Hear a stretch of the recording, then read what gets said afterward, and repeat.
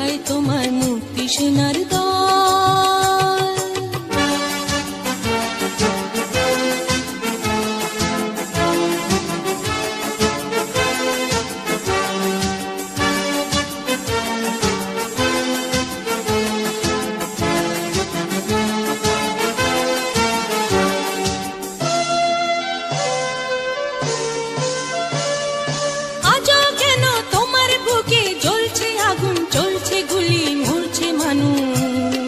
জবাব তোমায় দিতেই হবে মা গো, জবাব তোমায় দিতেই হবে মা।